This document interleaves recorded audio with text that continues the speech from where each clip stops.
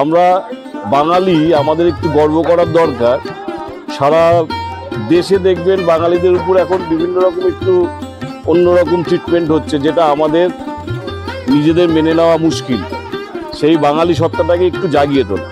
দেখুন এখানে কিন্তু বাঁকুড়া জেলার বিখ্যাত ডোগরা মাটির যে পুতুল সেগুলো কিন্তু এখানে রয়েছে। এগুলো কিন্তু এবছর এখানকার মণ্ডপ সজ্জায় ব্যবহার হতে চলেছে।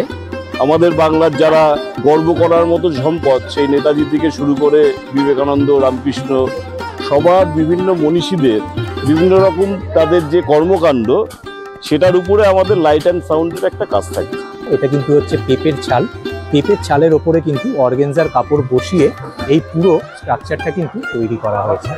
নতুন জেনারেশন বাংলার ঐতিহ্য, কালচার বা যে শিল্পগুলো ছিল সেগুলো অনেকে জানে না। আমরা যার জন্য এই বাংলা কেন্দ্রিক একটা থিম করা হয়েছে। কথায় আছে জানেন তো, উমা যে পথে কৈলাসে যান সেই পথেই কিন্তু আবার শ্যামা মর্তে আসে। তো কালী পুজো একদম হাতে গোনা আর মাত্র কয়েকদিন বাকি।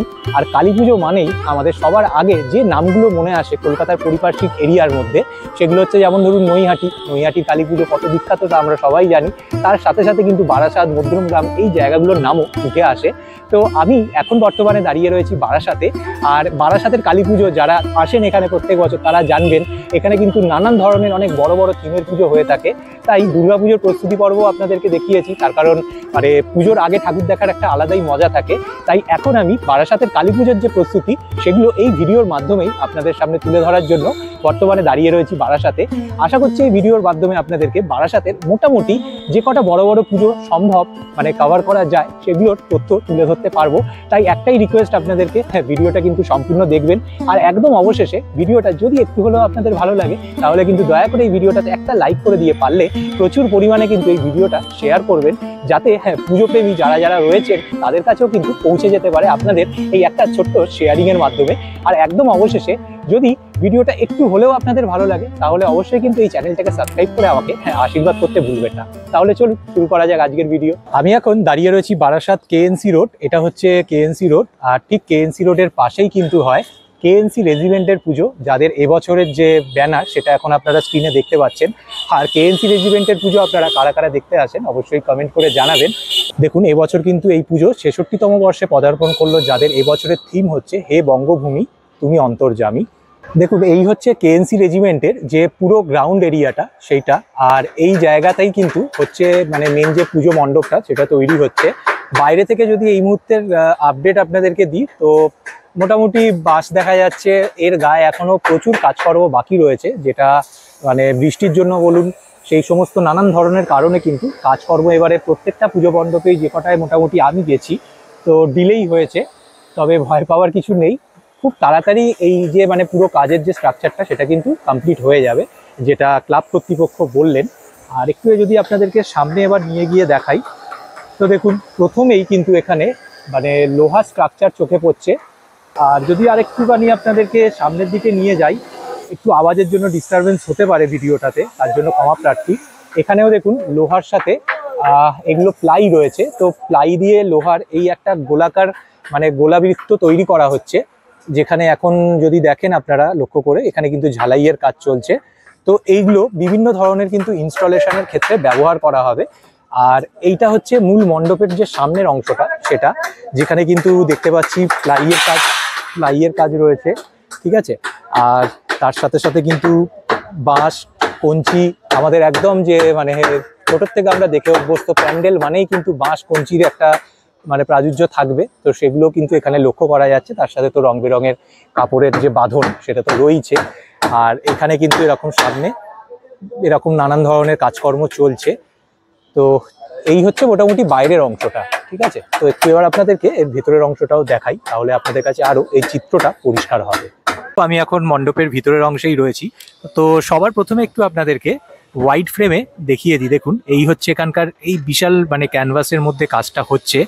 আর যদি একটা সাইড দিয়ে আপনাদেরকে দেখাই তো দেখুন এখানে কিন্তু নানান ধরনের প্লাইয়ের কাজ চোখে পড়ছে, তার সাথে এরকম নানান ধরনের ইনস্টলেশনও রয়েছে, যেখানে প্লাইয়ের মানে প্রাদুর্য রয়েছে, তার সাথে সাথে লোহার প্রাদুর্য তো রয়েছে, যেটা বাইরেও আপনাদেরকে দেখালাম। একটু সামনের দিকে যখন এগিয়ে যাচ্ছি দেখুন এই যে জিনিসগুলো আপনারা দেখছেন ইন জেনারেলি কিন্তু এটা খুব স্বাভাবিকভাবেই দেখলে কিন্তু এটা মনে হবে যে এটা কিন্তু কোনো নেটের কাজ, কিন্তু আপনাদের মানে বলে রাখি এটা কিন্তু নেট নয়, এটা কিন্তু অর্গেনজার কাপড়, ঠিক আছে, যেটা কিন্তু খুবই দামি একটা মেটেরিয়াল। আর এই অর্গেনজার কাপড়ের ওপরে কিন্তু বসানো রয়েছে বিভিন্ন ধরনের শস্য, যেমন এখানে আমি দেখতে পাচ্ছি এই মুহূর্তে রয়েছে কিন্তু গম। এই যে দেখছেন আপনারা, এইটা হচ্ছে কিন্তু গমের কাজ, গম আঠা দিয়ে বসানো রয়েছে এরকম। আরেকটুখানি যখন আগে এগোবো, তো এই যে স্ট্রাকচারটা এই মুহূর্তে দেখছেন, এটা কিন্তু চোখে দেখলে বোঝা সম্ভব নয়, তার কারণ যে এটা কিন্তু এরমভাবেই কালার করে জিনিসটাকে পুরো রেডি করা হচ্ছে। তো যদি অরিজিনালি আপনাদেরকে বলি, এটা কিন্তু হচ্ছে পেঁপের ছাল। এই যে দেখছেন এই বিষয়টা, এটা কিন্তু হচ্ছে পেঁপের ছাল। পেঁপের ছালের ওপরে কিন্তু অর্গেনজার কাপড় বসিয়ে এই পুরো স্ট্রাকচারটা কিন্তু তৈরি করা হয়েছে। এই পোর্শনটা তো আপনাদেরকে দেখালাম, চলুন একটুখানি আরও যদি ভিতরের দিকে আপনাদেরকে দেখাই।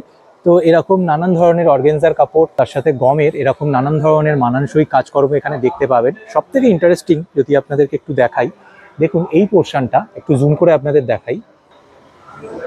এই যে দেখছেন, এইগুলো কিন্তু সবই এরকম অর্গেনজার কাপড়ের ওপর এই যে ডিজাইনগুলো তৈরি করা হয়েছে, এগুলো কিন্তু মানে হাতে পুরো তৈরি করা, রং তুলির মাধ্যমে কিন্তু তৈরি করা।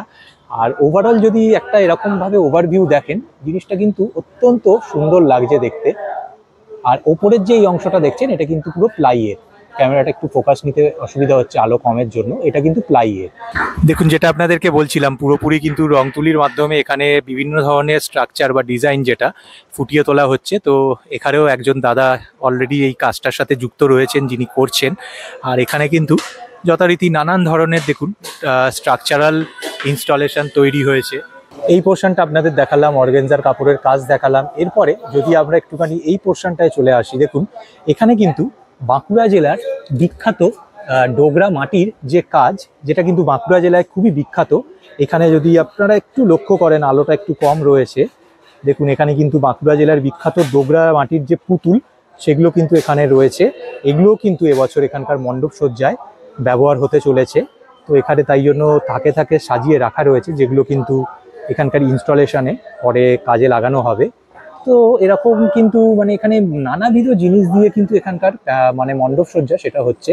আর এই যে এখন পোর্শনটা দেখছেন, এটাই হচ্ছে মূল মণ্ডপ। আর সব থেকে বড় বিষয় যেটা আপনাদেরকে বলি, কেএনসি রেজিমেন্টে কিন্তু এবছর আমাদের পশ্চিমবঙ্গ বিভিন্ন জেলায় যে বিভিন্ন জিনিসগুলো মানে খুবই মানে নাম করা প্রচলিত, সেই সমস্ত জিনিসের কিন্তু ব্যবহারের মাধ্যমেই এখানকার এবছর মণ্ডপ সজ্জা গড়ে উঠছে ধীরে ধীরে। এখন আপনারা দেখছেন মণ্ডপের ঠিক ওপরের অংশটা, একটু যদি জুম করি দেখতে পাবেন, এই যে ওপরে একটা ফুলের মতন অংশ তৈরি করা হয়েছে, একটু লক্ষ্য করুন। আমি জুম করছি, এখানে আলোর অভাবে একটু আপনাদেরকে বুঝে নিতে হবে। এই যে গোল যে বৃত্তাকার ফুলটা তৈরি করা হয়েছে, হ্যাঁ এখানেও কিন্তু বাঁকুড়া জেলার বিখ্যাত ডোগরা মাটির যে পুতুল, সেগুলো কিন্তু ব্যবহার করা হয়েছে। এরকম একটা নয়, এখানে কিন্তু যতগুলো এরকম মানে গোল অংশ তৈরি করা হয়েছে, সমস্ততেই কিন্তু এরকম ডোগরা মাটির মাধ্যমে যে পুতুল, সেগুলো কিন্তু এই মণ্ডপ সজ্জায় ব্যবহার করা হয়েছে, যেটা আপনাদেরকে দেখালাম সাইডে রাখা রয়েছে। আর ভাবুন, মানে এটা কেউ দেখলে বুঝতে পারবে যে এটা পেঁপে গাছের ছাল, তাকে কিন্তু এরকমভাবে সুন্দরভাবে ইউটিলাইজ করা হয়েছে। মানে এখানেই হচ্ছে শিল্পীর চিন্তা ভাবনা, যা আমার আপনার প্রত্যেকের থেকেই কিন্তু মানে 10 গুণ এগিয়ে থাকে বা তার বেশি এগিয়ে থাকে। আর খুব সুন্দর লাগলো এই জায়গাটা দেখুন, এখানেও কিন্তু এরকম কিছু একটা ইনস্টলেশন চলছে। তো যাই হোক, ওভারঅল মানে ভিডিওটা বাড়াবো না এর বেশি। তো এই হচ্ছে এই মুহূর্তে এখানকার যে পুরো প্রস্তুতি, তার একটা রাউন্ড সার্কেল আপনাদেরকে দেখানোর চেষ্টা করলাম। এছাড়াও কিন্তু এখানে আরও নানান ধরনের কাজকর্ম চলছে, যার অধিকাংশেরই নাম হয়তো আমারও জানা নেই। যেগুলো যেগুলো জানি সেগুলো আপনাদেরকে বললাম। তো যাই হোক, এই হচ্ছে এই মুহূর্তে এখানকার যে ওভারঅল প্রস্তুতি, তার একটা পুরো লাইভ আপডেট আপনাদের সামনে তুলে ধরার চেষ্টা করলাম। নমস্কার দাদা, প্রথমেই আপনাদেরকে শুভ বিজয়ার মানে প্রীতীয় শুভেচ্ছা জানিয়েই ভিডিওটা শুরু করছি। একটু সবার প্রথমে আপনাদের প্রত্যেকের একটু নাম আর পরিচয়টা যদি জানতে চাই, যদি বলেন। আমি সুভাষ কুণ্ডু, কেএনসি রেজিমেন্টের সদস্য। আচ্ছা। আর এরা সবাই কেএনসি রেজিমেন্টের সদস্য। সিনিয়র আছে রবিদা, নন্দ, অনুপ, মৃণাল, সুধা। আচ্ছা আচ্ছা, তো একত্রিতভাবে আপনাদের প্রত্যেককেই শুভ বিজয়া প্রথমেই জানাতে চাই। আমরাও শুভ বিজয় জানাচ্ছি। আচ্ছা, তো দাদা কেএনসি রেজিমেন্ট বারাসাতের একটা অন্যতম নামজাদা পুজো, সেটা আমরা প্রত্যেকেই জানি। তো এবছরে আপনাদের কি চমক থাকছে? প্রত্যেকবারই কিছু না কিছু চমক থাকেই আপনাদের। কেএনসি রেজিমেন্টের 66তম বছর এটা।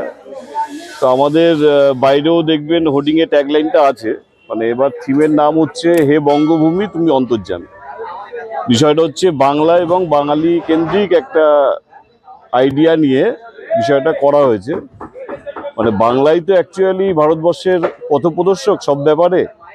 তো আমরা আবার সেটাকে নতুন জেনারেশনের কাছে মানে এটাকে একটা প্রেজেন্ট করা, যে নতুন জেনারেশন বাংলার ঐতিহ্য, কালচার বা যেই শিল্পগুলো ছিল সেগুলো অনেকে জানে না। আমরা যার জন্য এই বাংলা কেন্দ্রিক একটা থিম করা হয়েছে, ঠিক আছে। যেমন আমরা পশ্চিমবঙ্গের বিভিন্ন যেই শিল্প আছে, মানে হস্তশিল্প যেগুলো, ঠিক আছে, সেই টেরাকোটার কাজও আছে ভিতরে, জুটের কাজ আছে, ঠিক আছে। তারপর বিভিন্ন রকম ধরুন ন্যাচারাল প্রোডাক্ট, মানে যেটা আমাদের পশ্চিমবঙ্গের আনাচে কানাচে পাওয়া যায়, ঠিক আছে। হয়তো অনেক সময় আপনি দেখে হয়তো ভাবতে পারবেন না যে এটা দিয়ে একটা প্যান্ডেল মেটেরিয়াল হতে পারে। বিভিন্ন গাছের শেকড় আছে, গাছের ডাল আছে, পাতার বিভিন্ন টেক্সচার আছে, বিভিন্ন রকম আরও অনেক কিছু আইটেম। বাংলার যেই বিভিন্ন প্রান্তের যে শিল্পীরা এই সব আইটেম দিয়ে তাদের হস্তশিল্প বিভিন্নভাবে সারা ভারতের এরা বিখ্যাত। এবার সেই বিভিন্ন রকম আইটেমের একটা কোলাজ করা হয়েছে, সেটা দিয়ে ভিতরের কাজ চলছে। এবং বাইরেও আমরা বাংলার বিভিন্ন মনীষীদের, যারা আমাদের বরেণ্য, যাদের আমরা সবসময় শ্রদ্ধা করি, বাংলা তথা ভারতবর্ষকে যারা পথ দেখিয়েছে, তাদের বিভিন্ন রকম মুরাল থাকবে। এবং লাইট সাউন্ডের মাধ্যমেও আমাদের বাংলার যারা আমাদের গর্ব করার মতো সম্পদ, সেই নেতাজি থেকে শুরু করে বিবেকানন্দ, রামকৃষ্ণ, সবার বিভিন্ন মনীষীদের বিভিন্ন রকম তাদের যে কর্মকাণ্ড, সেটার উপরে আমাদের লাইট অ্যান্ড সাউন্ডের একটা কাজ থাকছে। আচ্ছা, মানে আলটিমেট আমরা বিষয়টাকে তুলে ধরার চেষ্টা করছি যে বাংলাকে আবার নতুন করে জানার। নতুন জেনারেশন কিন্তু বাংলার শিল্প, সংস্কৃতি, কৃষ্টি এগুলো সম্পর্কে ভুলে গেছে। প্লাস আমরা বাঙালি, আমাদের একটু গর্ব করার দরকার। সারা দেশে দেখবেন বাঙালিদের উপর এখন বিভিন্ন রকম একটু অন্যরকম ট্রিটমেন্ট হচ্ছে, যেটা আমাদের নিজেদের মেনে নেওয়া মুশকিল। সেই বাঙালি সত্তাটাকে একটু জাগিয়ে তোলা, যে আমরা বাঙালি, আমরা একসময় ভারত সেরা ছিলাম, পৃথিবীর বিভিন্ন ক্ষেত্রে আমাদের অবদান আছে। তো সেই সব বিষয় নিয়ে একটু ওইভাবে চিন্তাভাবনা করে ধরে রাখুন বাংলা, বাঙালির যে কৃষ্টি, শিল্প, সংস্কৃতি, তার উপর প্যান্ডেল। না, মানে আপনার মুখ থেকে শুনে সত্যি একটা অভিনব চিন্তা ভাবনা, যে এইভাবেও যে ভাবা যায় একটা পুজোর মাধ্যমে। একটা পুজো তো একসাথে অনেক মানুষের কাছে পৌঁছে দিতে পারে, একদম একটা সামাজিক বার্তা। একদম। আর যেখানে বর্তমান সময়ের সাথে খুবই প্রাসঙ্গিক একটা বিষয় নিয়ে আপনারা যেটা বললেন কাজ হচ্ছে। তো আরেকটা জিনিস একটু আপনাকে জানতে চাইবো দাদা, যে এখানকার আপনাদের পুজো মানে সর্বসাধারণের জন্য কবে থেকে খুলে দেওয়া? আমাদের 18 তারিখে ওপেনিং আছে। 18 তারিখ, ঠিক আছে। 18 তারিখ থেকে দর্শনার্থীদের আমরা খুলে দেওয়া হবে, সবাই এসে দেখতে পারবে। আচ্ছা, আর এখানে মানে মাতৃ প্রতিমা কতদিন মোটামুটি রাখা হয়, মানে নিরঞ্জন? প্রশাসনের নির্দেশ অনুযায়ী আমরা যে কটা দিন পারমিশন পাই, প্রশাসনের প্রত্যেকটা নির্দেশ, আদেশ আমরা একদম সঠিকভাবে অনুসরণ করি। ধরে রাখুন ওই 20 থেকে 23 তারিখ রাত অবধি আমরা আচ্ছা দেখানো যাবে। 18 থেকে 23, মানে মোটামুটি 23 তারিখ অবধিও আসলে দর্শনার্থীরা? হ্যাঁ, ধরে রাখুন রাত 12টা। আচ্ছা, আর একটা ছোট্ট প্রশ্ন, মানে এটা আমার জানতে ইচ্ছা করছে, যে এবছর এখানকার যিনি শিল্পী, একটু তার সম্বন্ধে, মানে তার নাম বা তিনি? শিল্পীর নাম হচ্ছে দেবাশিস গুচ্ছাইত, ঠিক আছে। আচ্ছা, তার শিল্প ভাবনা প্লাস ক্লাবের আমাদের মতামত নিয়েই এই বিষয়টা তৈরি হচ্ছে। মানে এটা শিল্পী এখন এখানে নেই আচ্ছা আপাতত। আর এটা তো একটা বিশাল বড় কর্মকাণ্ড। মোটামুটি আপনাদের কবে থেকে এই মাস তিনেক ধরে চলছে? ঠিক আছে দাদা, অসংখ্য ধন্যবাদ। আপনাদের এত ব্যস্ততার মধ্যেও আপনারা সময় দিলেন। ঠিক আছে, পুজোর জন্য অগ্রিম শুভেচ্ছা। ভালো ঠিক আছে। থাকবেন। আজকের ভিডিওটা তাহলে এখানেই শেষ করছি। ভিডিওটা কেমন লাগলো আপনাদের অবশ্যই কিন্তু কমেন্ট করে জানাবেন। আর যদি ভিডিওটা আপনাদের একটু হলেও ভালো লেগে থাকে, তাহলে দয়া করে এই ভিডিওটাতে একটা লাইক করে, পারলে কিন্তু প্রচুর পরিমাণে এই ভিডিওটা শেয়ার করবেন। আর একদম অবশেষে, যদি আমাকে আপনাদের একটু হলেও ভালো লাগে, তাহলে কিন্তু অবশ্যই এই চ্যানেলটাকে সাবস্ক্রাইব করে আমাকে আশীর্বাদ করতে ভুলবেন না। তাহলে ফিরছি খুব তাড়াতাড়ি নতুন কোনো ভিডিও নিয়ে। প্রত্যেকে খুব ভালো থাকবেন, সুস্থ থাকবেন।